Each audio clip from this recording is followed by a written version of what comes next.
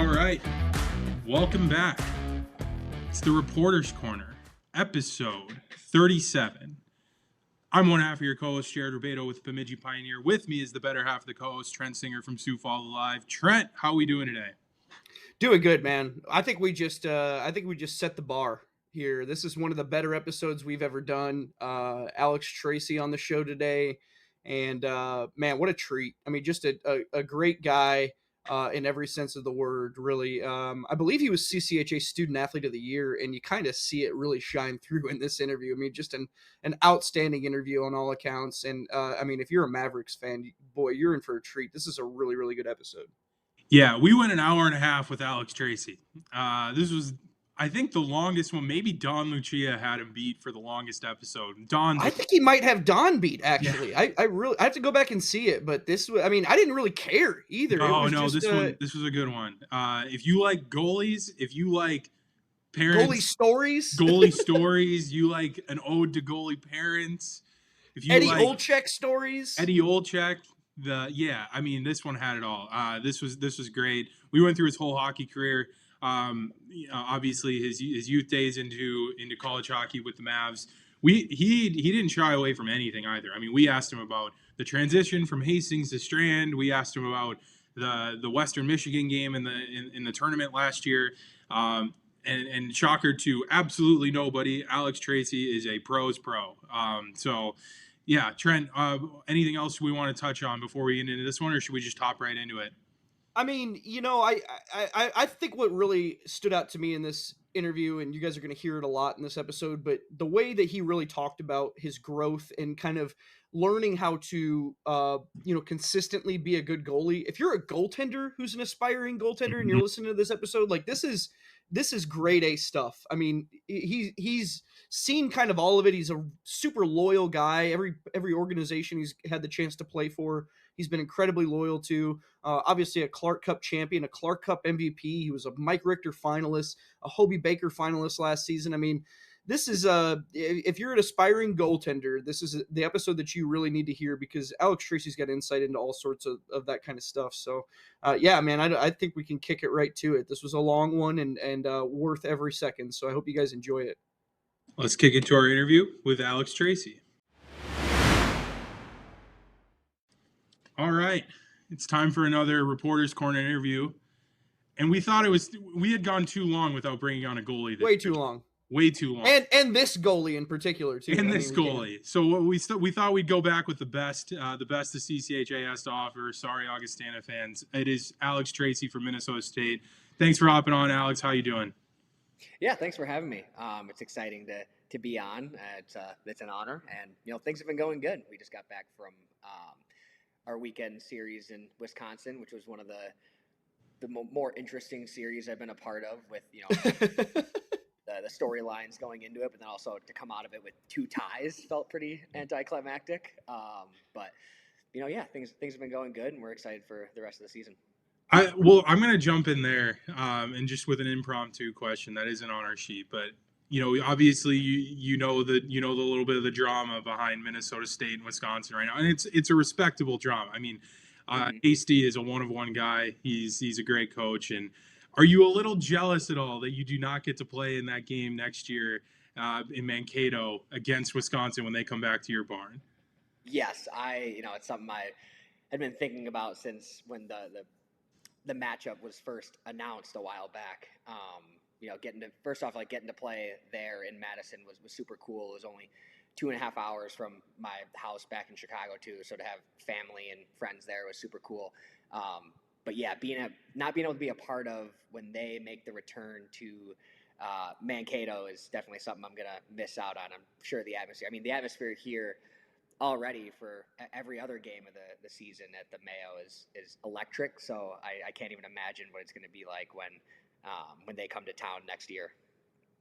Well, it's a perfect lead-in for what we want to ask you first. I mean, you're in your 4th year of college hockey at a school where you've had to follow in the footsteps of one of the all-time greats in Dryden McKay. Just from your perspective, how special is that hockey community that's kind of been cultivated there at Minnesota State? Yeah, it's incredible, and I think Yeah, you kind of nailed it a little bit. Going into my freshman year, it was definitely, it was an exciting opportunity, but it was also, a little intimidating too, especially being a goalie going in and seeing what, a guy like Dryden did throughout his career here, and especially the last year that he had, leading this team to, the national championship game, and then winning the Hobie Baker, and just all of his accolades and the things he accomplished here in Mankato was super awesome. And I actually had a relationship with him outside of that too. I'd gotten to know him a little bit before I came in for my first year. He took me on my visit, and we were both in Denver the summer leading into for the USA Hockey Awards, where we were both up for in awards. That was cool being able to meet him and his dad and get to know him more. But yeah, and then him just really being able to show me what it was like on my visit was super cool. But then getting here on campus for the start of my first year, like it was evident. I mean, it's the reason why I committed to in the first place. Is like as soon as I was on campus and like just the energy of this place and how it seems the whole city rallies around the hockey program here. It was super cool and it's super admirable. And then right from the start, we had that a home and home series against Minnesota, like were my first two college hockey game experiences. Wow.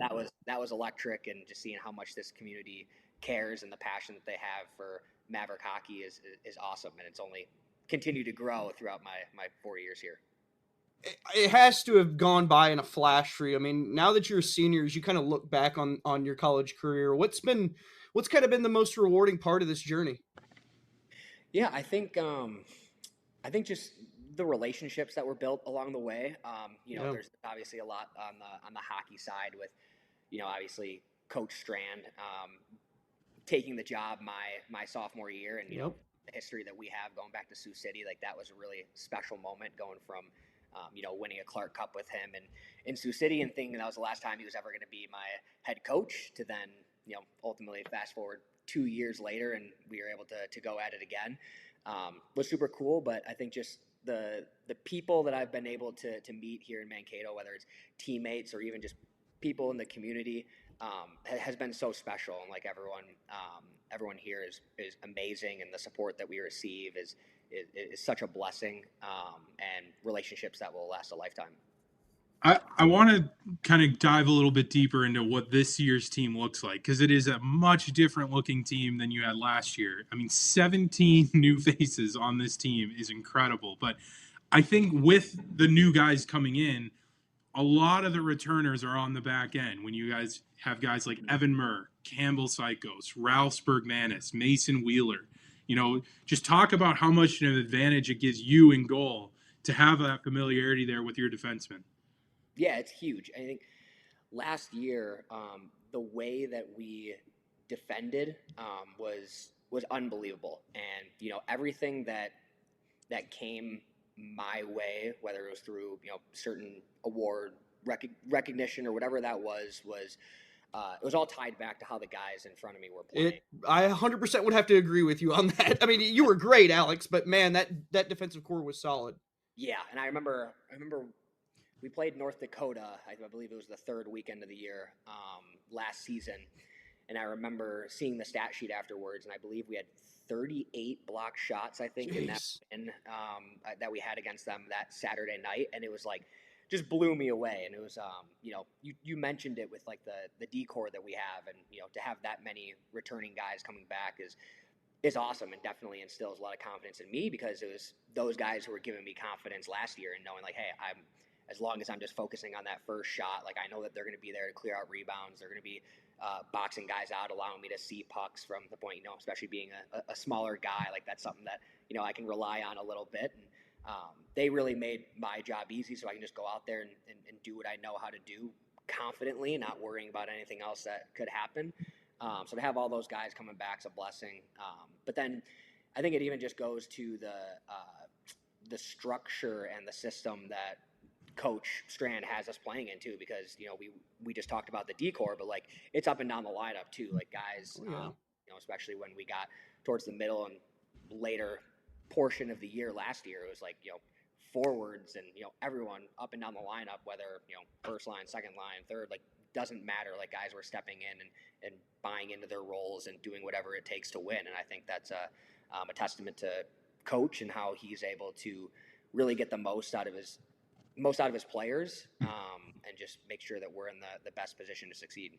I want to ask a kind of a follow up to that too, because you made a really good point about the structure that you guys play with, and when it's such an aggressive style of that you guys play defensively, it just seems like more guys pinch, and the more backtracking forwards that are coming into the play sooner than maybe some other teams have.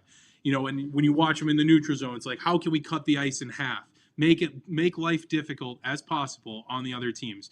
But when I watch that happen, I believe that starts with confidence in goal. You have the confidence to pinch if you know you got a good guy behind you. You got the confidence to trail back a little bit quicker and help out those defensemen, maybe sacrifice some position if you know you got a good guy behind you.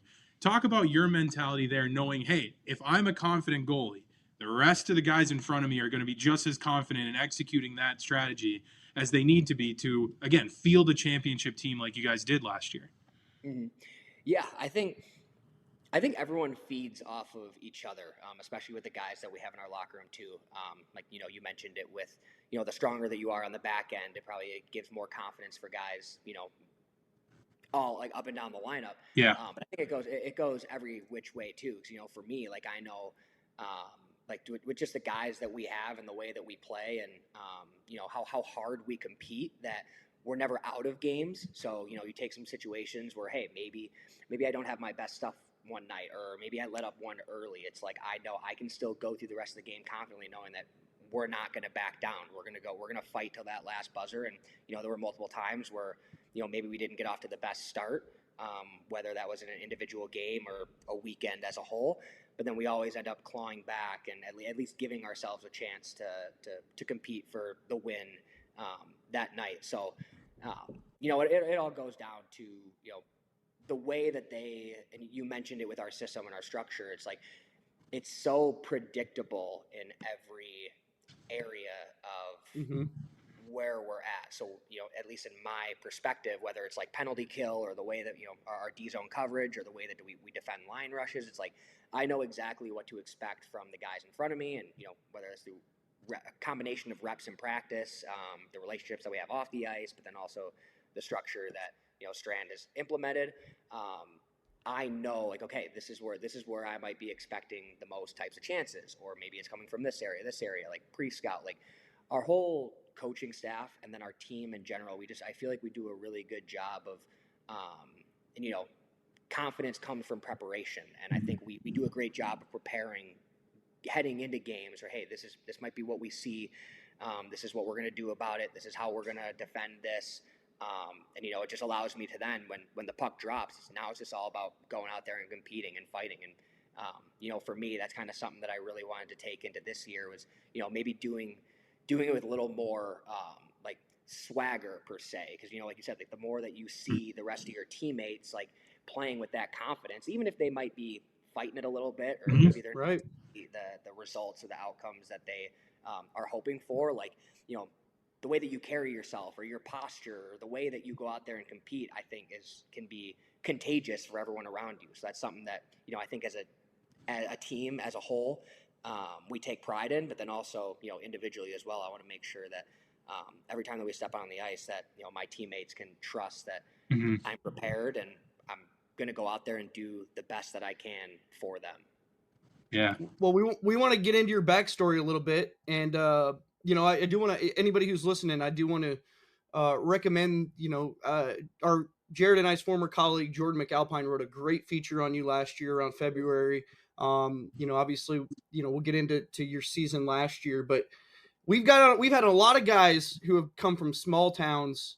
You come from a very big town. I mean, you're a Chicago native. First of all, I was about to say, where are you going with this? I don't think I'm right. Right. I got to know which part of Chicago, are you from? Yeah, so I grew up on the south side of Chicago, so in a suburb called Beverly. Okay.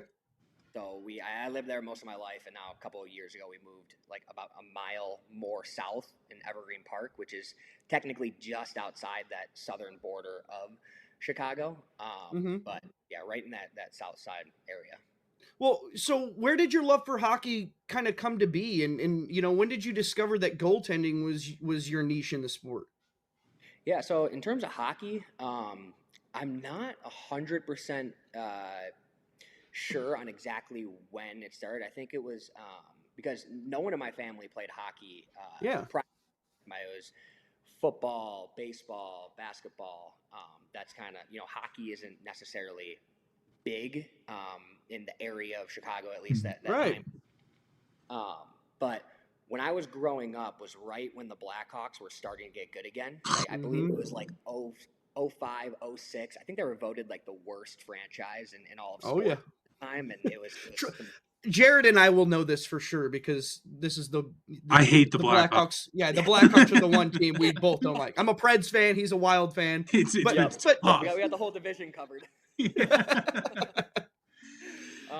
But yeah, it was right when they were starting to get good again. So I think I was loving watching them on TV because my dad, he never played hockey, but he had said he lived with guys who did play hockey growing up, and so he said like it was always just fascinating to him, and he always wanted to play, but never could. So I think he was always just watching it on TV, and then I would be walking by, and then I ended up just falling in love with it. So one day I asked him if he'd bring me out to teach me how to skate, and the first time was horrible. I couldn't stand up. I was crying. I didn't want to do it, and he's my dad's his philosophy is like, okay, like you're gonna at least try, and like if you continue to attempt to get better and say, hey, you still don't want to do it, then fine. But you're at least going to put in an effort to try and do this. I know how much you wanted to do it. So Right. thankfully he kept me at it. Then we kept going back a couple times, then started learning how to skate, and I loved it. And so then I started playing hockey. I think when I was more of a late bloomer. So this was around when I was 7 years old. Yeah. And I initially was a defenseman. So I played 1 year as a defenseman. And then, so after that, I think that was when I was a mite. So going into the next year, during that summer, we had a 3-on-3 tournament. And we only had one goalie at the time, obviously, because, 8-year-olds, you're not carrying two goalies. Right. So we show up to the rink the day of the tournament, and our goalie's just like, nah, I don't want to play goalie anymore. I want to go out and score goals. So we're like, what? Like, what are we gonna do? And I always played knee hockey with my buddies growing up, and I always loved like being in net. Like something about like stopping other people from scoring always fascinated me more than scoring goals. Hence probably why I played defenseman to start. So we were looking for a goalie. I was like, hey, you know what? Yeah, I'll do it. So we switched gear for that first game. I was using his goalie pads. He was in my skater equipment. And I think it was just a 1-day tournament too. So I think we played all the games in 1 day. And we started winning games. We won the first one, we won the second one. We ended up making it to the championship game. And I'm loving it. I feel like I'm in my element. Like, this is awesome. And all of a sudden, we're getting ready to go out for the championship game, and the goalie wants to go back to goalie. So I was like, are you serious? Like, are we gonna do this now? But I'm wearing this kid's equipment, so I can't say no. So I give him back his stuff. He gives me back my skater gear, and we got smoked in the championship. My prideful 8-year-old self on the car ride home, like I was telling my parents, like, Mom, I'm never letting that happen again. Like, I want to be a goalie. And, like, that's like the last thing that hockey parents want to hear is that their kid is becoming a goalie. So my mom always told me, she was like, yeah, I was just hoping it would, you were just fired up a little bit and it would just kind of blow over. A week went by, 2 weeks went by, and I still kept going. Like, hey, when are we going to get goalie equipment? And then they were like, oh, like, he's serious. Yeah. We're not. So we haven't saved up enough money yet. Yeah. They took me to play it again in town, and like I said, no one in my family played hockey before, so they had no idea what they were doing. Like I had a player glove as my blocker. Oh my god! Wow. My pads were tied way too tight on the wrong legs. So it was just a gong show from the start. But I wanted to do it. They got me into a couple camps. And then, yeah, I just fell in love with it. I think they were just waiting for the time that I was going to be like, all right, this isn't really for me. But yeah, no, it was awesome. And then, obviously it's history from there. You're in your 20s now, and they're like, Jesus, like, can we get this kid to stop playing? Yeah, when's he gonna give this up? I could just picture you two. You're scrolling like goalie monkey back then, being like, "Mom, Dad, look at these pads here. They're only $1,000. I need these." Also, so actually, funny story. I mentioned how like they didn't really know what they were doing with my goalie equipment, so we didn't really know who to go to at that time for like goalie specific training, because it was just like I was just with my team, and obviously like the coaches at the time, like they were never goalie guys, so like they didn't know they were gonna run me through goalie lessons. So they signed me up for this camp, and it was like an Eddie Olczyk like Blackhawks camp where like they had goalies sign up, and it was at Johnny's Ice House in Chicago, and so my dad comes to the locker room, gets me ready, sends me out on the ice, and all of a sudden he sees me getting like taken off, and he comes down to like see what's going on. Thought I was like maybe hurt, and Eddie Olczyk, like legend of the game, comes out and he starts like ripping my dad because both pads are facing the wrong way. They're tied too tight. I was waddling like a penguin out there. I couldn't even drop into my butterfly. So like my dad never played a minute of ice hockey in his life. Has this Blackhawks legend just to him for sending me out there looking like this. That is good. Your dad's sitting there like, who the hell is Eddie Olczyk? Also, Mom, Dad, I love you so much. I feel like this has kind of been like a session just ripping them. No. They're listening. I thank them for all the sacrifices. This is just funny. No, to As the Tracy every hockey parents, player should.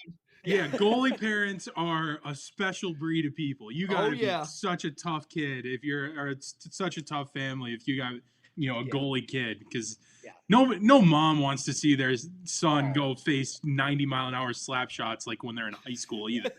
They've gone through so much, and like it's impossible for me to pay back what they have given to me throughout my entire life and what the sacrifices they made to help me get to where I am today. But with that being said, I will bring up one more funny thing is along with the equipment, the first goalie stick they gave me was like, so they knew that I was a righty. So like they didn't realize that it's like flipped around. Blocker side, so they gave me the wrong curve on like the first goalie stick I had too. So it was like a Christmas gift too, like super excited. So I go and I grab it and I get in my stance, and it's just like inverted. It's what's going on here? Oh my god! Just goes to show like how much we didn't know. We were winging it. Yeah. It's kind of just like, hey, this was something that I liked watching the Blackhawks on TV. I loved playing goalie and knee hockey, so it's like, hey, let's give it a try. And then, thankfully for their persistence and them following through with, hey, he's being serious about this, and we want to make sure that we're putting him in the best spot to succeed. And like I wouldn't be here where I am today, without those two. Absolutely. Big shout out to the Tracy parents. Absolutely. This episode is definitely for the Tracy parents. Yeah. I kind of want to go into like, before you got into juniors, right? You're 16 years old. You start playing AAA for the Calgary Fury, or for the Chicago Fury, sorry. And those are obviously like the big formative years, right? Like you grow up playing, Pee-wees, Bantams and stuff, and those help you, but you start seeing that real high level competition once you get to around high school age. And so just for you, how important were those years?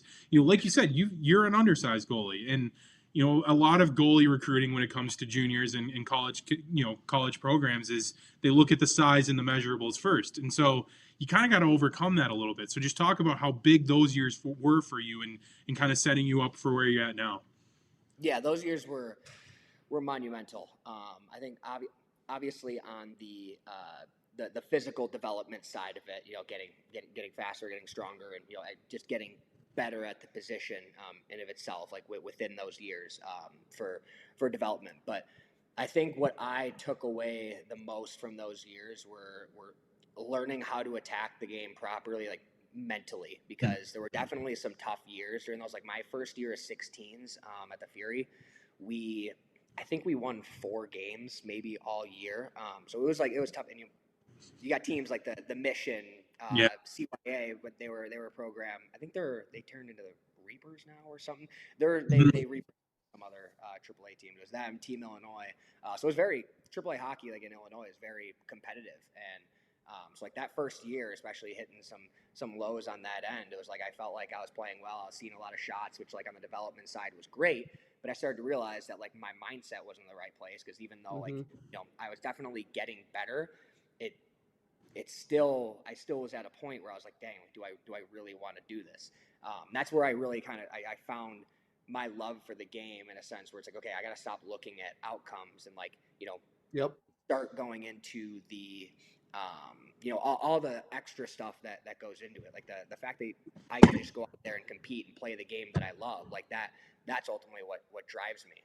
So I think just being able to learn how to respond to adversity, because that's always been something that I struggle with throughout my entire career, is like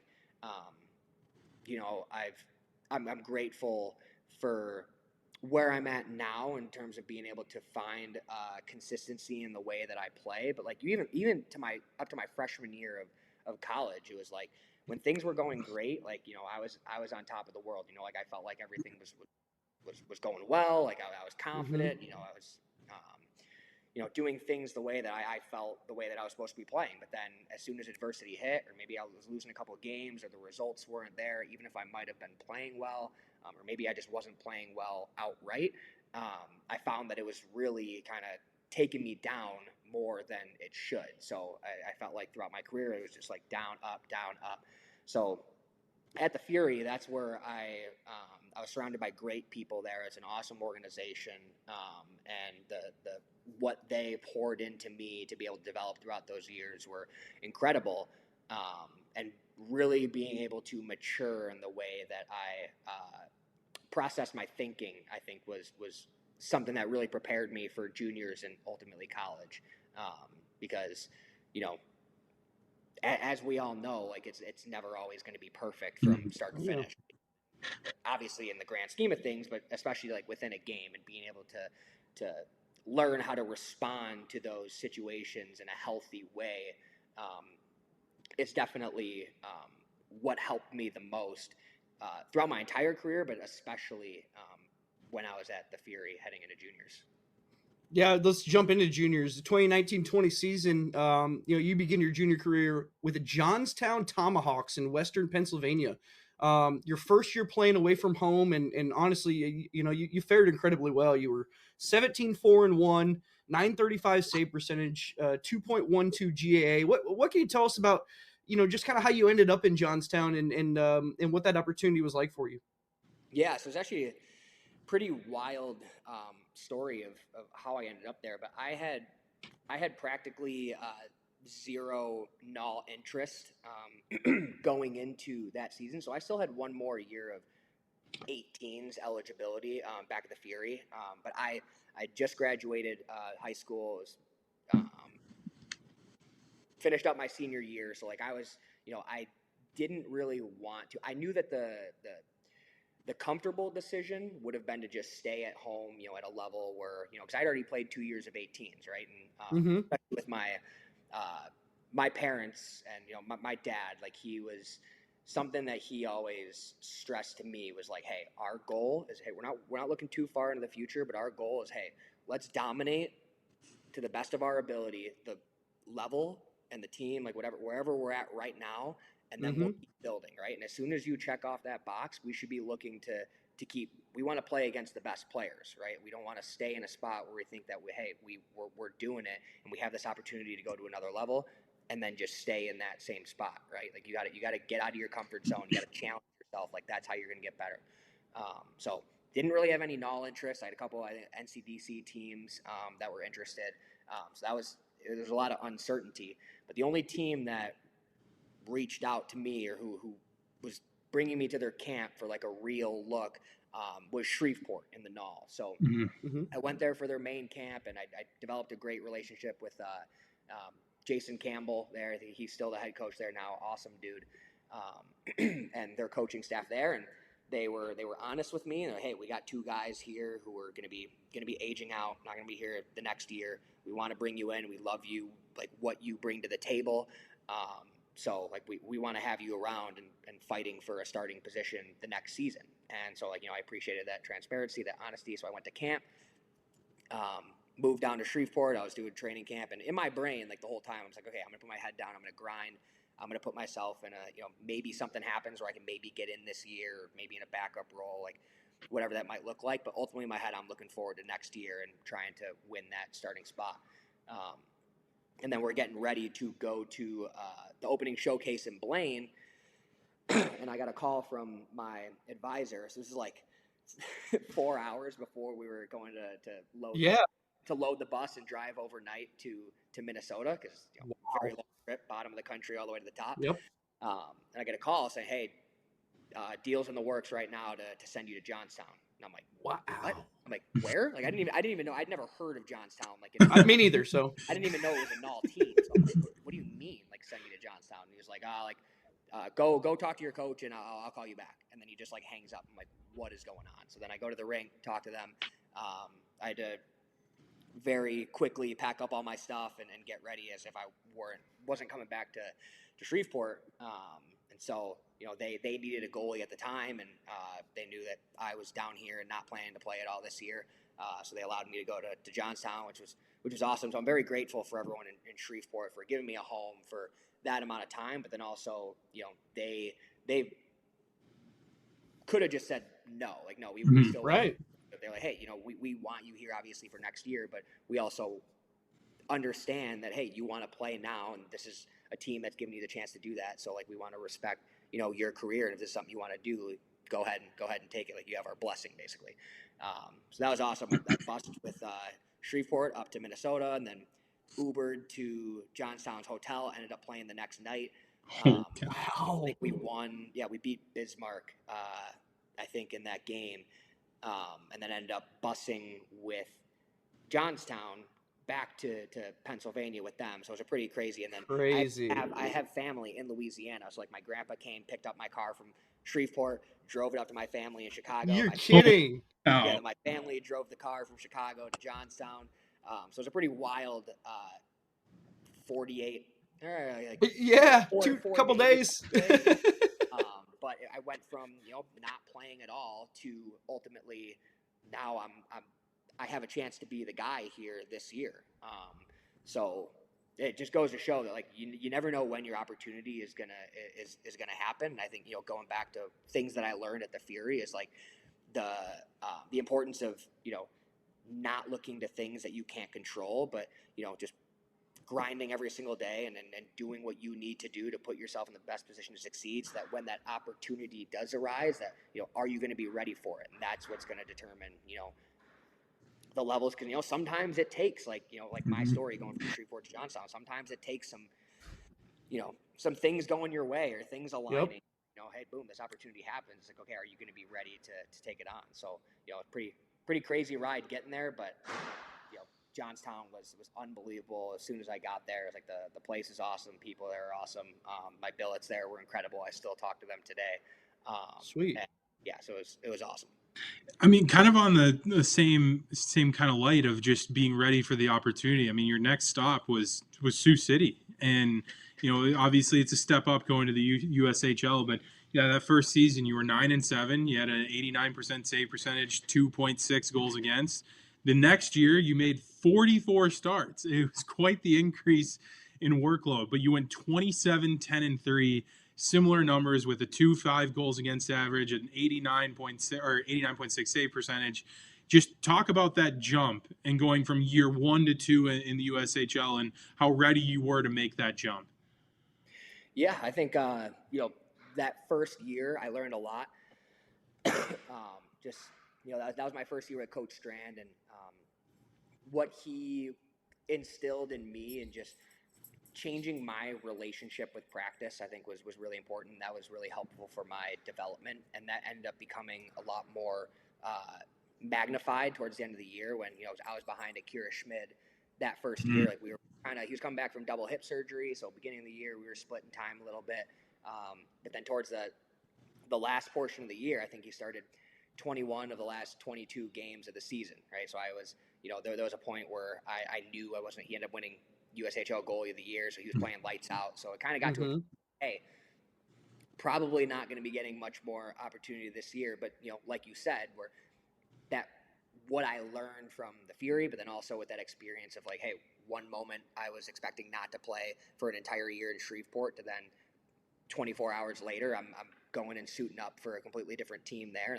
Not that it's the same in terms of college about different teams, but it's like the opportunity, like you never know when that opportunity is going to arise. So like I feel like in the past, leading up to that point, that would have been something that was discouraging to me, where it's like, oh dang, I'm only playing one game here in this stretch of games. But rather than that, it was like, okay, no, I'm going to put my head down, I'm going to grind, and if something happens where, hey, this team needs me in the playoffs, like I need to be ready, and then ultimately building on that for the next season. So then transferring from that year into the second year, and knowing that there was a battle for, because we had drafted Axel Mangbo was my goalie partner that year. I think we drafted him with our first round pick in that summer.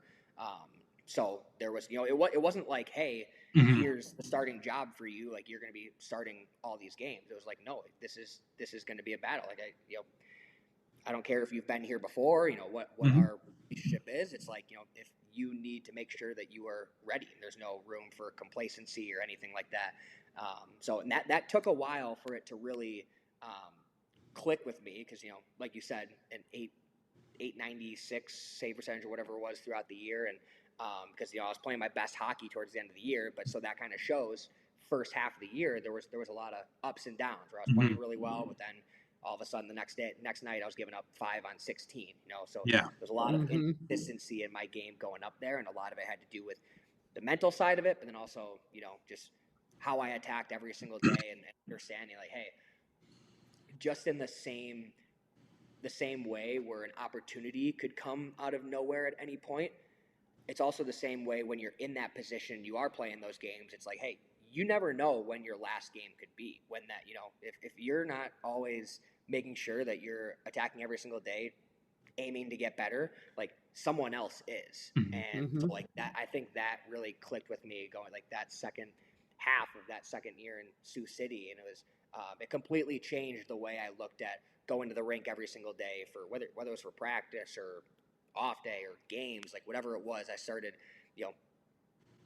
changing the way that I viewed those areas about the game, and then it completely took off from there. And then I felt like last half of that season, then ultimately into that playoff run that we had, I was playing my best hockey, and that's a testament to that was the start. That was when me and Coach Strand really started to get close, and the things that he was teaching me and showing me that maybe my first year prideful self might have been like, oh, okay, like does this guy really know what he's talking about? It's like, hey, no, like he truly does, and he cares about all of us as players and people, and he wants to see us grow and develop. And that second half of the second year stretch in Sioux City, I think, was the most monumental piece of my career in terms of like understanding what it takes to be a starting goalie for an organization. I'm glad too that you talked about that second half of that second year, and especially going into the playoffs, because that playoff run was nasty. I mean, your numbers are insane. 8-2, 1.59 goals against average, a 937 save percentage, and you won a Clark Cup championship, named Clark Cup MVP. What do you remember the most about that playoff run, and how special was it? Man, I mean, that was one of the coolest experiences ever. It was like, it's hard to describe because, as a goalie, it's so, you can't really put words to it, but it was almost like the best feeling as a goalie is like you hit that flow state where you're not thinking about anything. Like there's no real like, over analyzing of anything. It's like, hey, like, and whether it's like the work that's put in throughout the entire year leading up to that point, or just like, sometimes you just get in the zone. We see it all the time in the NHL with goalies, like whether it's Jordan Binnington's 2019 run or Holtby with the Caps in 2018. It's like usually one goalie gets hot, and it's like they're undeniable, right? And I just felt like I hit that zone going into a couple of weeks before playoffs going into it. So I felt super confident, and overall as a group, like we were all just super confident. We won game one of the first round against Waterloo, but then game two we lost at home, and it only a 3-game series in the first round. So it was kind of like, normally it's might be a kind of a panic situation. It's like, hey, we just lost at home. It's a 1-1 series. Like, a team that we felt like we should beat. But it's like, oh my gosh, like what could happen? Anything could happen in a game 3. But we were just so we were so locked in. Like there was no panic in our group at all. And even going into the next round, playing that loaded Tri-City roster, who they won the Anderson that year. There was just no fear, no doubt, nothing. Everyone, we just had our eyes on one goal, and to see everyone buy into that was super, super special. But then you wrap it all up, and being able to do what we did, it's just like the bond and the relationships, those are brothers for life. And it's super cool. And our group chat from all those years ago will still every once in a while start going off with a memory or something, and yeah. Just start shooting it with each other, and it's so much fun. Well, eventually you make your way to Minnesota State, and you go to play for Mike Hastings. And what can you tell us just about the recruiting process, and ultimately why Mankato felt like the best fit for you? Yeah, so I was I had most of my talks were with Todd Connaught. So he played a huge role in my recruitment. So he would always keep tabs on me, and he had actually reached out before I'd committed to, and we started having building a relationship, and he was asking things about family and things like that. So we started getting a good bond, and then ultimately when I think it was December of my second year in Sioux City is when I came on my visit, and then as I mentioned, Dryden taking me around and showing the place, and just the atmosphere and the winning culture that Mankato has that is very evident when you walk into any part of the facilities, was just really attractive and really admirable. And it was like I said, the buzz around the town, around the hockey team too. And it was in December when the team was #1 in the country too, seeing people wearing Maverick jerseys, and it just seemed like such an awesome.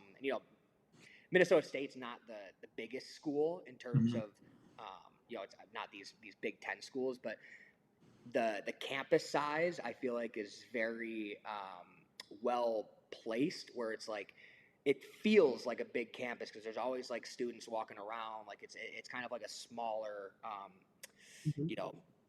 radius of where everything's at. So it feels when you're going to class or you're going on campus for food, it's there's always people walking around, and then people especially when I was on my people excited talking about the hockey games, the hockey team. So it was just, I knew right away when I stepped on campus that this was the place that I wanted to be. So then ended up committing and starting my things were getting a little scary there, because like I said, it was December of my age out year, and I didn't really know what was going on. I wasn't really hearing from many teams, but Mankato was always that one constant that kept reaching out to me, asking how I was doing, watching my games, giving me feedback, or coming to watch me play in person too, and that meant a lot to me. It wasn't just a phone conversation where it seemed like it wasn't really as deep. No, Mankato, they came out and they made it.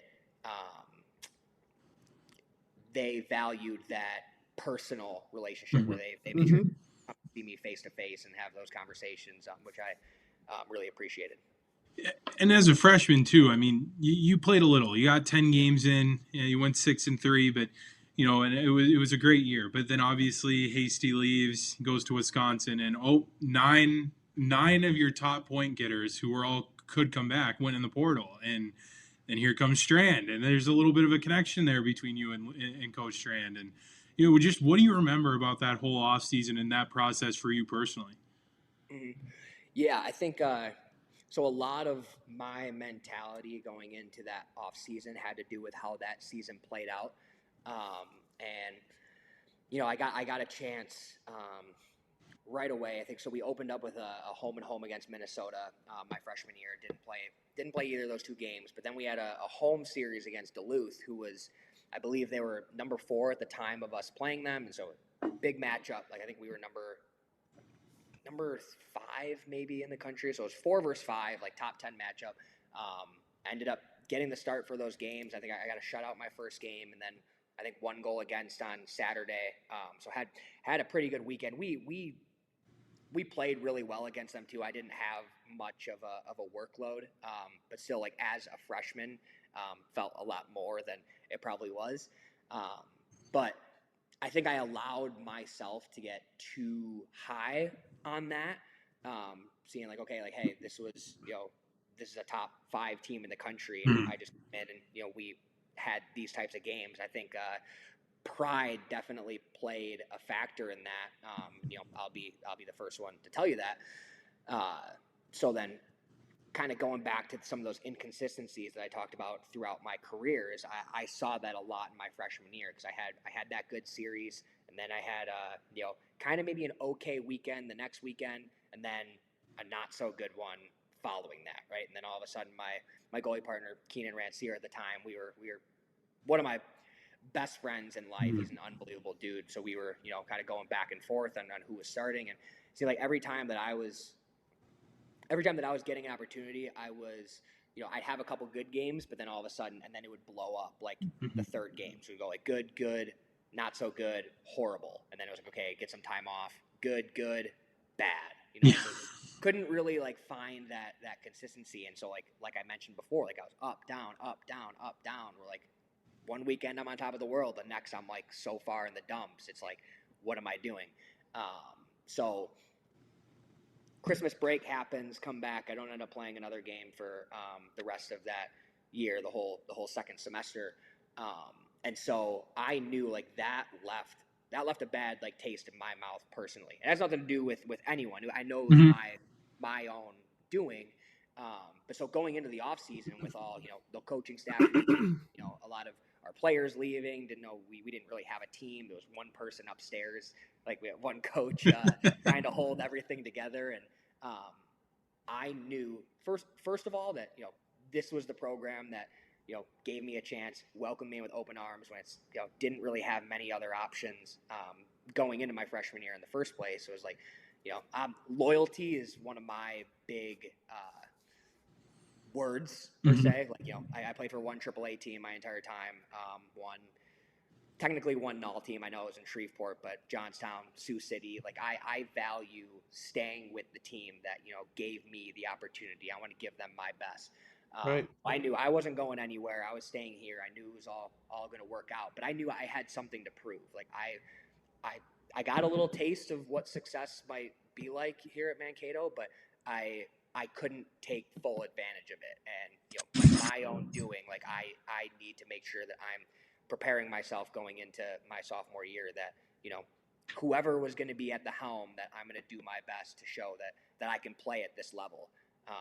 That goes all the way back to what my dad was instilling me when I was a kid. It's like, hey, you need to make sure that you've proven you can play at this level first before you can do anything else. And for me, I hadn't done that, so it was more so it was exciting. Like I was going into the second year, like, hey, I'm ready to show like what I know that I can do. And then ultimately, Strand, find the news breaking of Strand getting the head coaching job, and the relationship that we had already. It was like, yeah, it was great in the moment, and it was awesome sharing that moment with him. But I also know the type of coach that he is too, and what he taught me in Sioux City was like, hey, just because we have this awesome relationship and what we did in the past, like that's great.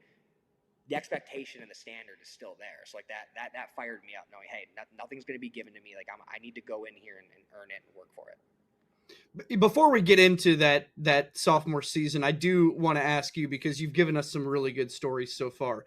Was there a singular sort of welcome to college hockey moment that freshman year that you can identify, where you kind of realized the level between junior hockey and college was vastly different?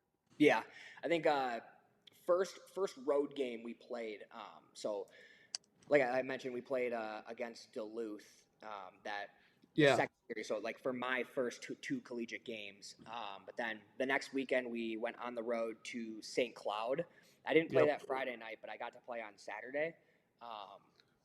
And just like the precision that guys at this level, like that they make plays, and like how quick they're able to make decisions. And it's like, USHL, like great leagues. It's like as you keep moving up, and then eventually you go to like Division One, it's like everyone's margin of error. The margin of error keeps getting like smaller and smaller. Where like a guy is, say for example, like USHL when I was in Sioux City, a guy coming down a shot, changing the angle, trying to go, underneath the bar, like his miss might be a lot wider than maybe it was tighter than when I was in the NAW, but then going from the USHL to the NCAA, it's like guys, if they're missing their spot, like it's not by much. Whereas like USHL guys were, trying to pick a spot and then end up hitting me in the chest. Like that doesn't really doesn't happen here. It's like guys, they process the game so quick, like the speed of it. It's not even that the players are necessarily faster. It's just like the speed that they're making decisions at is a lot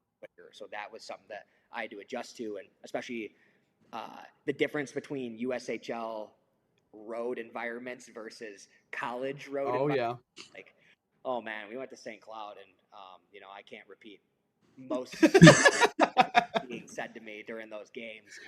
But it was like that was kind of my welcome. There was in the third period, I'd given up a goal to I think it either tied the game or it gave them the lead. And the whole stadium was chanting "bad word, you Tracy," and I remember for 2 whole minutes too. It was going on, and it was kind of like a whistle blew, and I kind of had a chance to like look around, and I was like, "Dang, like this is the real deal now." Like, I gotta get used to this. But yeah, so I'd probably say that was kind of like my dang, like this is a whole nother level, because especially like I mentioned the previous weekend going against Duluth and kind of thinking, oh, like is this kind of how college hockey is? Like they're that difficult. Then next weekend, kind of to get humbled like that, I'd say was definitely my college student sections are a little bit more brutal than the families that show up to the U Show games, but But I do want to talk about that sophomore season, 23-24. I mean, you were solid as a sophomore. You went 13-10-4, 2.50 GAA. You had a 910 save percentage. But the season came to an end against Michigan Tech in the semifinals of the Mason Cup playoffs. You against Blake Pietila. I mean, it was kind of one of those situations too where you're going up against a veteran too. In a veteran team in a lot of ways. How much did the way that season ended sort of propel you guys forward, into what you did last year? Yeah, I think it was huge because, especially with, the mass exodus that happened after my freshman year and having the huge amount of turnover that we had, to be able to, and, was that season pretty by any means? Like, no, we went through a lot of ups and downs. Just ups and downs. But to be able to play that we were playing at the end of the year, and then, we actually had, that final weekend against Bemidji to have a chance at on. Like, to think that we even like had that chance, considering like what we all went through in the off season, and then with like the question marks going into the year, like that in of itself was super cool. Now we got spanked that weekend, so that wasn't very fun. But going into that playoff series, like we played, I think we opened against Northern Michigan, and then we going to play Michigan Tech. Like we were still like just as confident. I think that the way that we matured as a group was super cool. And then that game was one of the funkiest games I'd ever been. Yeah, it was wild. It was wild. The bounces and like it seemed like we just were not meant to win that game by any means.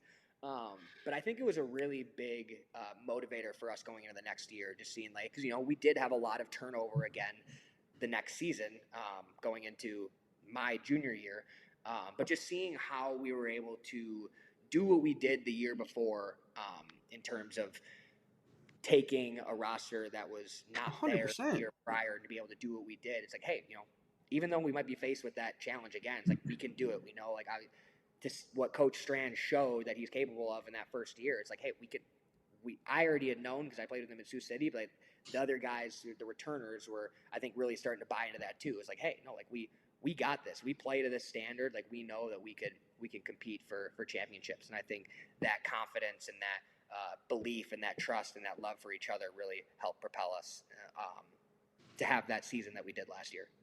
I gotta ask too, because that game against Tech in the semifinals, When did you guys see the clip of the kicked goal that was not called a kick goal, and Oh, what was yeah. your reaction? The Like Jack the player, It Hurt. was, I mean, in live time, like it wasn't like it happened and then it was like, oh dang, like oh that stinks, that was a good goal, and then like we see it afterwards and then we're all shocked. Like we were all shocked that was yeah, that happened in the place, and like at the end of the day, like we lost the game.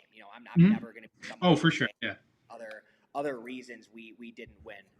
But just like the the way that game was going, and I know that was earlier on. That was their first goal, I believe. hmm But Yep. for that to happen, and then ultimately the game winner to go like off my stick, off the stanchion, back in front, crazy. off a glove, top of my head into the net with 4 seconds left. It was kind of just like, all right, like this is Like just a weird game. And the penalty shot too, which um, interesting little tidbit on that is you rewind a little earlier into the year.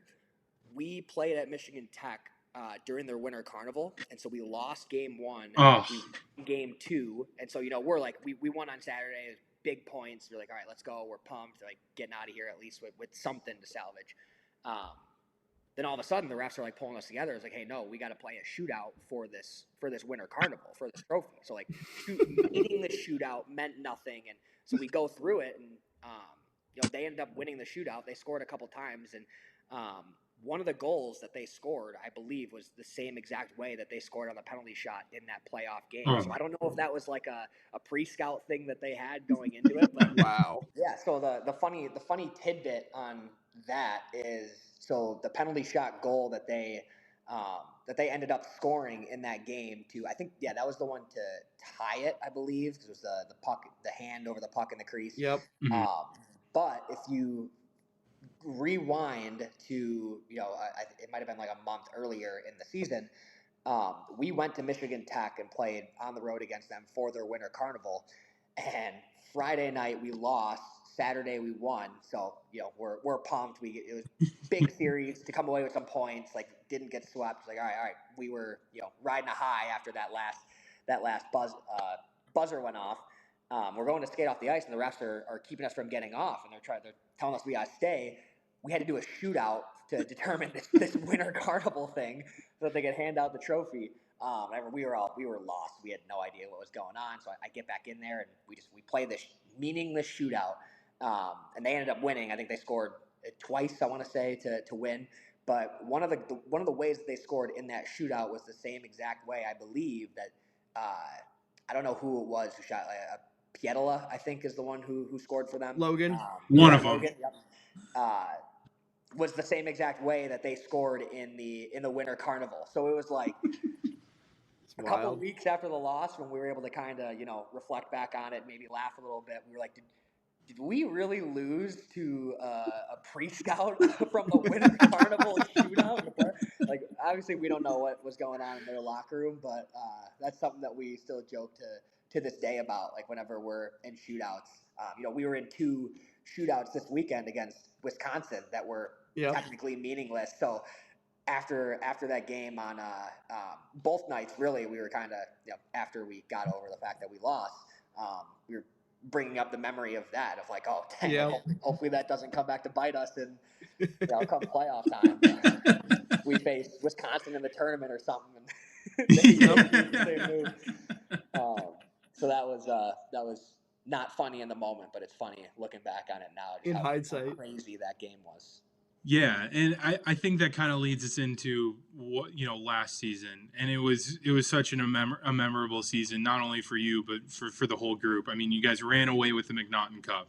You clinched the Mason Cup in the semifinals, or at least the trip to the the NCAA tournament. And for you personally, I mean, your numbers were utterly ridiculous. I mean, a 9.46 save percentage, 5 shutouts, 1.42 goals against. What for you was clicking the most last year to firmly kind of cement yourself as one of the top goalies in the country? Mm-hmm. It was really just a complete change in. I guess I wouldn't really say change, but more emphasis on the mental side of my game. So like I had obviously the year prior in my sophomore year, like I was building more confidence. Like, hey, I know like I could be a starter in this season. After my freshman year, I was like, okay, I need to prove that I can play. My sophomore year, okay, I need to prove that I can be a starter. And then, so I think going into my junior year, it was really about now how can I stay as consistent as possible. And our goalie coach Ryan Edquist, he has done an unbelievable job since joining our staff, and he's an unbelievable dude, unbelievable coach. And that summer, going into the season, we really emphasized just dialing in on the basics, right? I feel like I had a tendency of like when things were going wrong, like I try to really overanalyze or like try to recreate specific situations or scenarios where it's like that exact scenario is most likely not going to happen again. Not going to happen. Yep. Right. It's more so about like you can bring it back ultimately to a fundamental concept, whether it's like a line rush or maybe it's like behind the net stuff, or maybe it's how I'm approaching traffic, or or maybe it can be something as simple as my posture, or my stance, or my skating. Like, so being able to really hone in on those things combined with the mental side of it is like, hey, I'd mentioned kind of the roller coasters that I would go on in my career in terms of playing well and then not playing well, and then what it would do to my confidence. So I started finding my confidence in a different area last year. So I used to be so result based or so outcome focused. Where like, hey, if we win, I'm confident. If we lose, I'm not confident. And like as we all know, you're never going to win every single game in a season. So like, how are you ever going to be as consistent as possible if you're just going to allow outcomes to influence how you're feeling about your performance? So I started going into every single game. It's like, hey, I don't care what happens. I'm going to trust and have confidence in the work that we put in up to this point, but also mainly throughout the week. And I'm just going to go out there and compete, and then we'll see what happens, right? Then we'll look at the film after the weekend, and then we'll dissect it, and then we'll see how we can move forward from that. But when it comes to the time that puck is dropping, like I wasn't thinking about what could happen or what has happened in the past. Like, hey, I'm gonna, regardless of if the game's 0-0 or we're winning, or I gave up 2 goals on the first 3 shots. It's like, normally in situations where that would cause my confidence to derail, and I would be like, oh my gosh, like don't oh, like this game is already going so horribly, like I hope they don't shoot anymore so I don't give up any more goals. It's like, no, like I don't care about any of that. Like, I'm gonna go out there and just compete my butt off regardless of, no matter how the game is going up to that point. And that completely changed the way that I play in general, but most importantly, like, respond to adversity. And that was my biggest flaw up to that point, was just like I didn't respond to adversity in a healthy way, in a way that was going to cause me to like stay on top of my game. And I think that's something that I really learned. That was the thing that took me off last season, was just like going out there and just doing the best that I can, and not worrying about what's going to happen. And I think that that played the biggest role into what happened.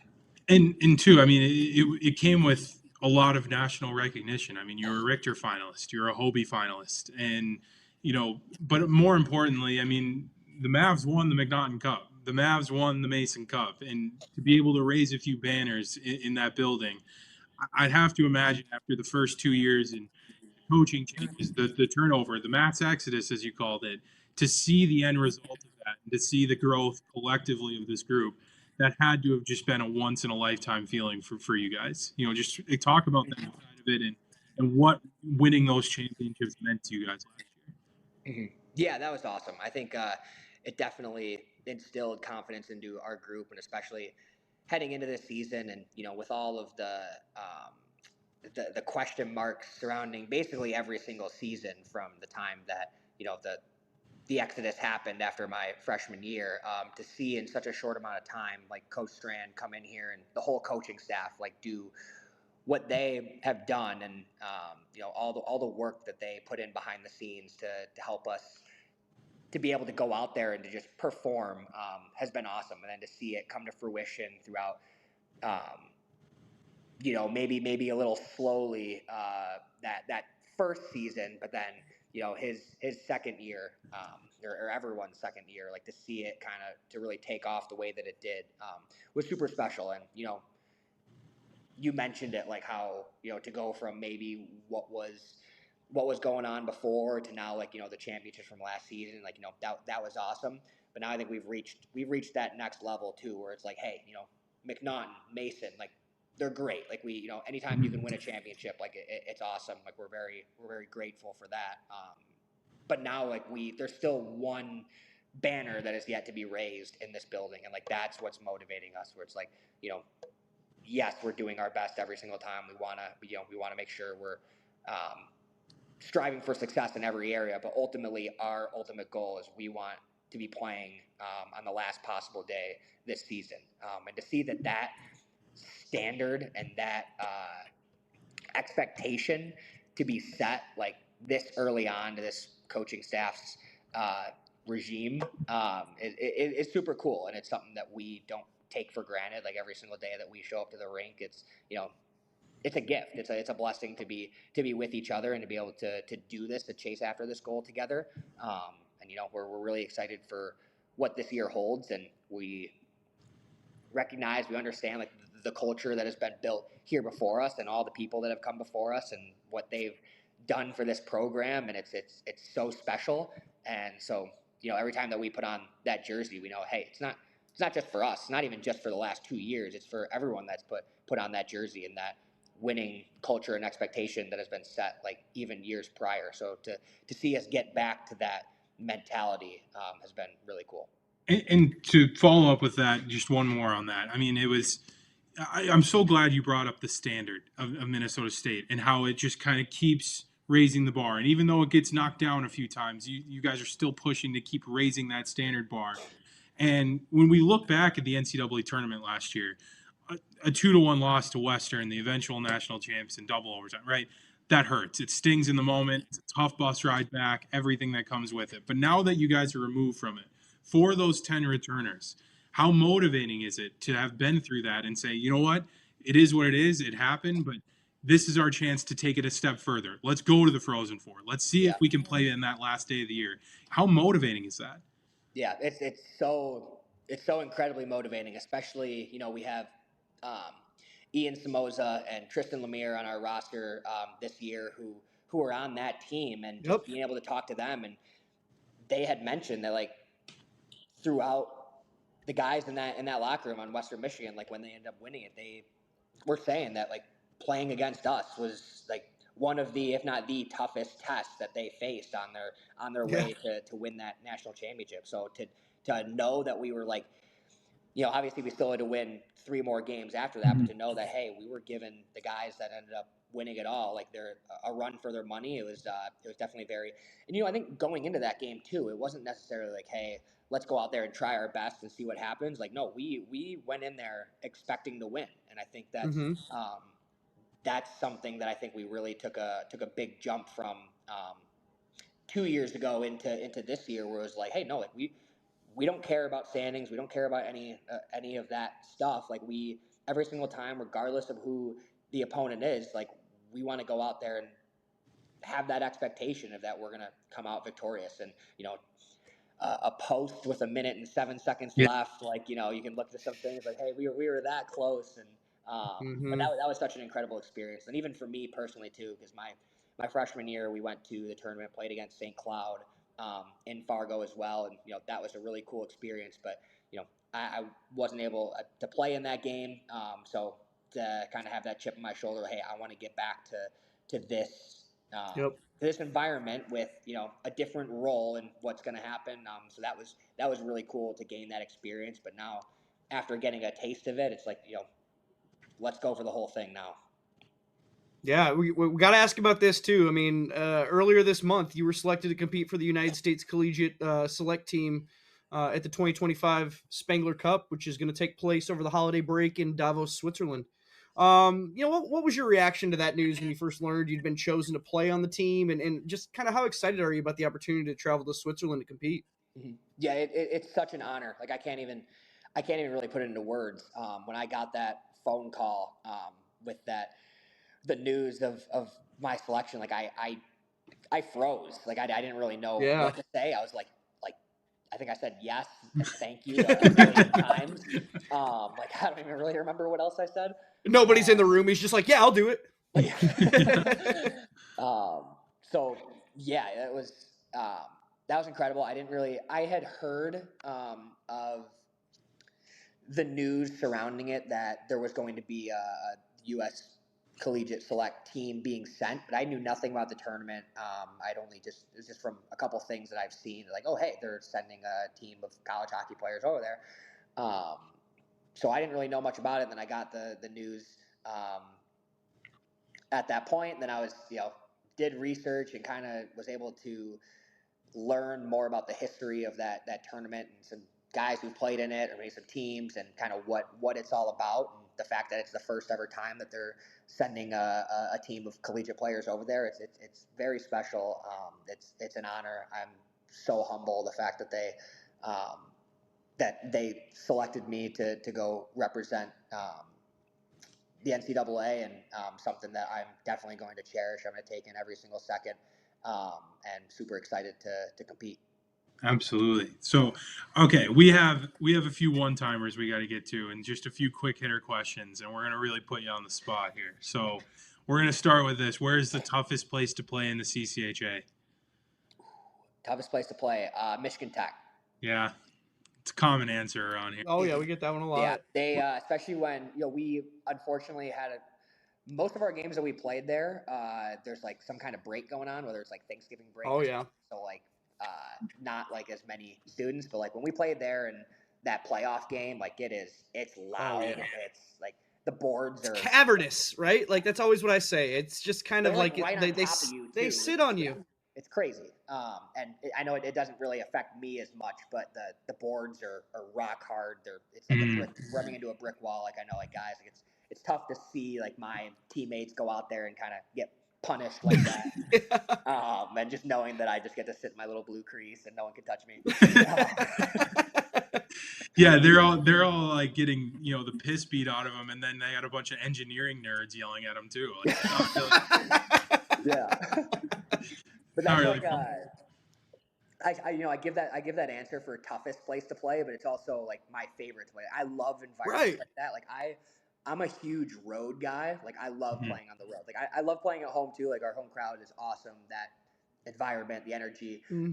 But like as a goalie, like getting scored on at home, it's like it gets quiet. Like you feel like everyone's looking at you. Yeah, it's awkward. Drop. It's like like you feel like everyone's just like disappointed in you, but like I've never thought of it like that, but you're 100% right, man. Yeah. It is. On the road, it's like, okay, I give up a goal, then I have like all these thousands of people like yelling and screaming at me. It's like, okay, like that's at least it's like a cool atmosphere to be a part of. Yeah. When you're scoring. And then at least it's like some motivation. Like I don't know. I find a little fire. Yeah, I find a lot of satisfaction I like going into other buildings and then like just kind of playing with that extra motivation. What about the toughest place to play in all of college hockey outside of the CCHA? Yost has to be up there in Michigan last year. Michigan was really tough, but not necessarily because of the crowd, but because it was 1,005 degrees there. I was drenched after the game. Like I had ice packs on me in between intermissions. Like I couldn't breathe. It was crazy. We've had multiple people say this, right, Jared? Yeah. Yeah, Gavin Best last week was the first one to say, you know what, it wasn't that warm. And we're like, oh, okay, sure. No, it was, oh my gosh. I don't think I've sweat more after a game than I did those two games. It was ridiculous. North Dakota was was incredible. I mean, I got yanked on Friday when we played there. Like, I was kind of like, I was a little starstruck looking around. And I was like, oh, all right, it's 3-0, 8 minutes in. Like, probably should focus on the game a little bit. It's not even a college hockey rink. That's a pro hockey rink that they play college games in. It's crazy, but then they got their student section right there, like right when we walk out of the tunnel. So it does kind of have like yes, it is like an NHL rink, but they do have that college kind of feel to it too, where they have students. And there's like I get scored on for the first time there, and there's like a cannon going off, like fireworks. I'm like, where are we right now? Like, what is this? Are we Tampa Bay? Are we? This is one I've actually really interested to ask you about, because you've brought it up a couple times. You are an undersized goalie. You're 6 foot. And I'm curious to know, is there a player at the pro level that you've kind of always admired the most? Maybe somebody that you've tried to model your game after? Because I mean, there's some small goalies. As a matter of fact, UC Saros, my guy in Nashville, is a small goalie. And I'm curious to know, do you have a goalie that you sort of looked up to? Is it a bigger goalie? Is it a smaller goalie? Mm-hmm. I more so for me, I loved. So if I were to give like a singular goalie answer, I would say I loved watching Marc-Andre Fleury Yeah. growing up. Right. Like for the way that he played, like there were a couple times like when I was younger growing up where I like maybe tried to model a few things that he did, but it was more so just like every time that he went out there, it just seems like he was having fun. Like he was competing, like you could tell like he seemed like he was just like a little kid out there in the net, just like on Christmas morning, just like enjoying what he was doing. And that's what I really love about him. And all the stuff off the ice with the pranks that he does, the jokes. I feel like the older you get, the more and more you appreciate Marc-Andre Fleury for stuff like that, right? Like 100%. But like I kind of when I love watching goalies, like I've kind of come to the perspective where it's like my favorite goalies to watch in the NHL are more so just like the art of goaltending, not necessarily because like I want to like model my game after them. Like I've loved watching, like even from the time he was in Columbus, like Sergei Bobrovsky, like I've loved watching him. I like just the energy, like the jam, the competitiveness the fire he plays with in there, but like while also looking really calm was like something that always like mind boggled me. So it was always fun watching him. And then I'm just a huge fan of goalies who get in the zone, like playoff runs. Like we watch, like I mentioned it before, like Holtby in 2018. Like if you would ask me then, I would have said he was my favorite goalie. Like 2019, like Bennington, I would have said he was my favorite goalie at that time. Like I love watching guys like get in that flow state and just dominate. Like it seems like nothing phases them. Like they're not like they're not worried about anything that happens. Like so, I really appreciate more so like the mental side of everything. So like Fleury, all-time favorite, just the fun that he has. But then all these guys that get in the zone are super cool. Like usually Saros, like he's short, but like the things that he's able to do, it's like I can't even model that anyway. He's just athletic, you know what I mean? Like he can get so wide in his stance, and his like ankle mobility is so incredible that like he can still be like at the top edge, like left corner of his crease, be super wide, like he's about to drop into a butterfly, and still rotate, push, get an insanely explosive push across, beat a pass, and get there on time and get set. Like how? Like I don't. Right. Some guys are just like freaks of nature in that sense, where it's like you just appreciate the way that they play. They just started 16 minutes ago, and I'm going to put the game on when we're done with this, and they're going to be down 3-0. Yeah. Alex, did you ever think about copying the Marc-Andre Fleury all gold pads? Oh, I like wanted to, maybe not so like Marc-Andre Fleury level, but I was always like a white pad guy growing up. And then putting some, my pads last year were mainly white base. I went back to that. But my second year in Sioux City. So the pads that I ended up wearing that year, the all green, those weren't actually my pads. So when COVID hit, the production or the facility was shut down for true. So like I wasn't able to get an order of pads in that year, and the ones that I had the previous year were just like broken down. Wow. So they had those pads from a previous guy who wasn't there anymore, who never had the chance to wear those pads. So I just used them for that year, and I kind of fell in love with it. I was like, dang, I kind of like this style. So then my freshman year at Mankato, like I had a purple base pad with the gold on the inside. And I've slowly been moving back towards white because then my sophomore year I had like it was white base, but there was a lot of purple still in there too. And then last year was mainly white, but then this year I kind of like the blend. I like the hybrid of like I like the white base, like the white core, but then with like some cool color design on the inside that takes up a good percentage of it. So I don't know if I'll go back to the full color, like especially I probably won't ever go to the Fleury level. One color other than white. But yeah, seeing his setups throughout the years were always so fascinating. Who is the most talented hockey player you've ever played with? I mean, I could give a couple different answers for this, but like playing with Pitter last year, like Rhett Yeah. Pitter, that I had a feeling it was going this way.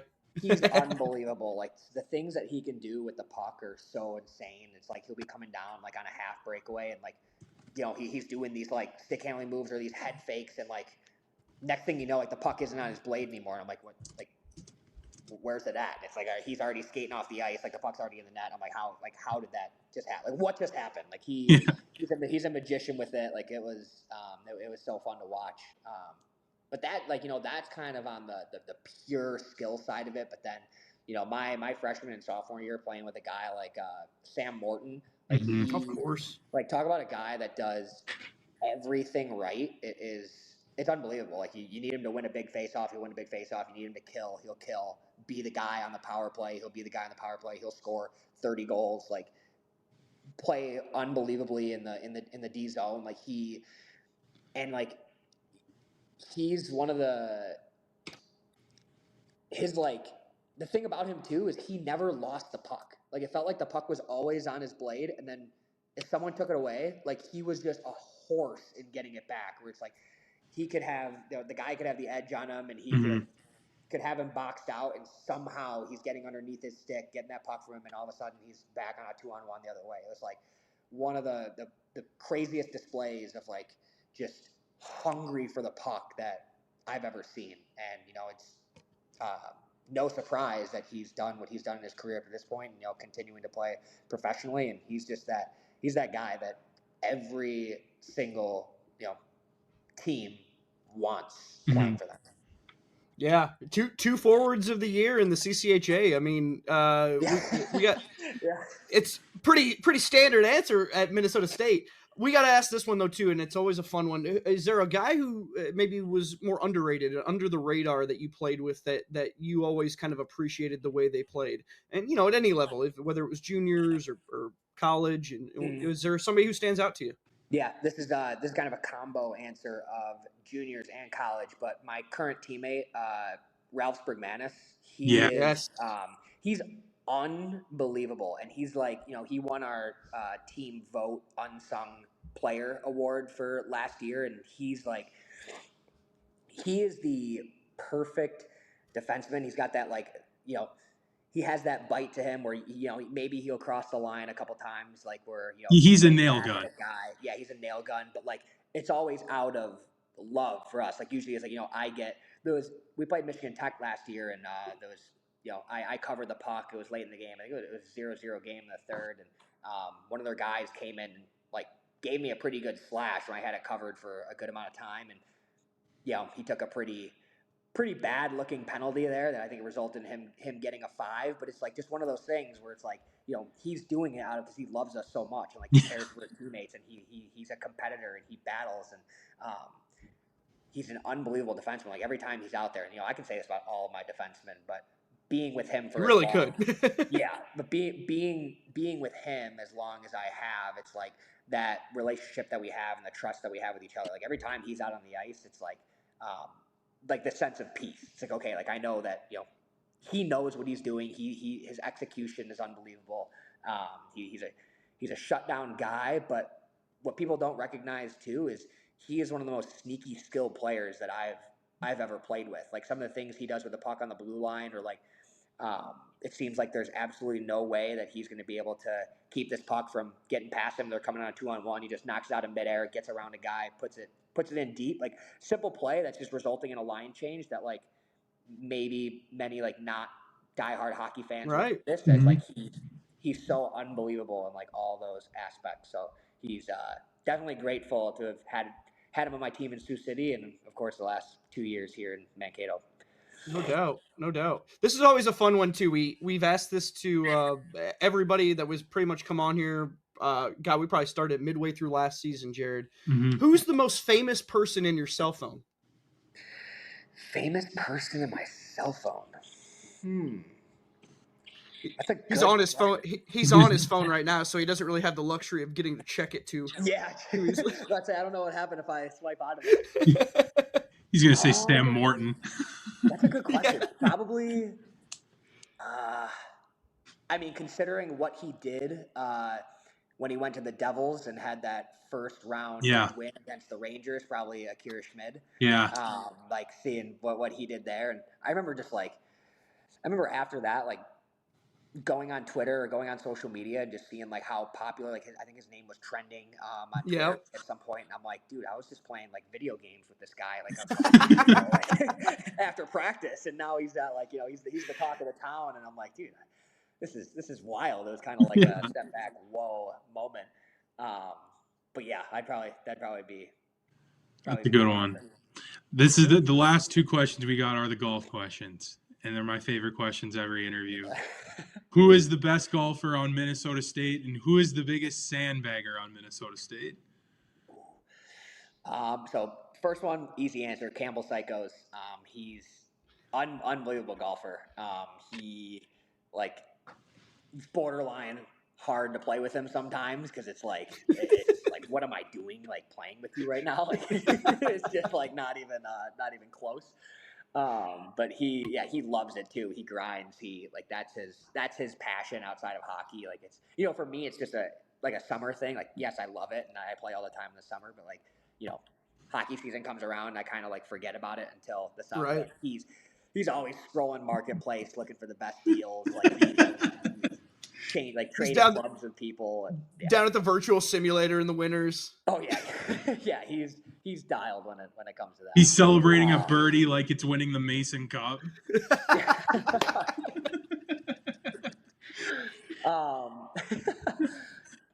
He actually there's this course. This is a 9-hole course that we it's like a reversible course. You can play. They'll have like a specific 9 holes for 1 week, and then every Sunday they'll like change the layout around. They have 18 tee boxes, cool. But it's 9 holes. And he actually just broke the course record out there. Oh my god! Really? Yeah, he was like 6 under through 9 or something. I think that was wow. What a yeah, it was unbelievable. So he the biggest sandbagger too. Biggest? No. He's very open about if anything he's humble about it too. Like he would say like like he knows how good he is, but it's more so like everyone else knows too. Like it's no surprise like he is who he says he is when it comes to golf. But for biggest sandbagger, I wouldn't really know this on the personal level. But I do know some of our new guys this year, Charlie Lurie and Jack Smith. I've been hearing rumors from guys like Campbell that they might like to negotiate some more strokes than they than they deserve. So those two would probably have to be my answer. Psychos is just giving them 9 strokes on a 9-hole course, and they're like, "Come on, man! What about 15? You set the course record." Yeah. Yeah, they went out to that course all the time in the summer, and they're asking for like a shot a hole, like plus some or something. I don't know. I don't know the full story behind it, but I remember just coming to practice the next day and or to training the next morning in the summer, and just it was a whole discussion, just arguments back and forth about like what is what. So I'm more of a guy. I like to go out there and just see what I can do. I don't really necessarily put myself up against anyone else. But yeah, it's definitely some guys that get pretty competitive and pretty heated with it. Yeah, I mean, you just got to wait for those holes where Campbell goes in the drink, and then you're sitting there on the green, being like, "Hey, man, why are you giving me strokes? Like, what are all these strokes for?" Yeah, seriously. And it's like when I'm playing with him too, it's like he'll go OB or he'll go in the water or something, but it's like it doesn't matter for me. It's like he could take right. 4 more in the water and he's still gonna beat me by 5. It's not even close. So it's like oh man, Alex, thank you so much. This was appreciate incredible. It, man. This was a great chat, and best of luck the rest of the year. It's been a pleasure to watch you play in college hockey, and I can't wait to watch you play another year. So thank you so much for hopping on. Yeah, thank you so much for having me. It's been a blast. For sure.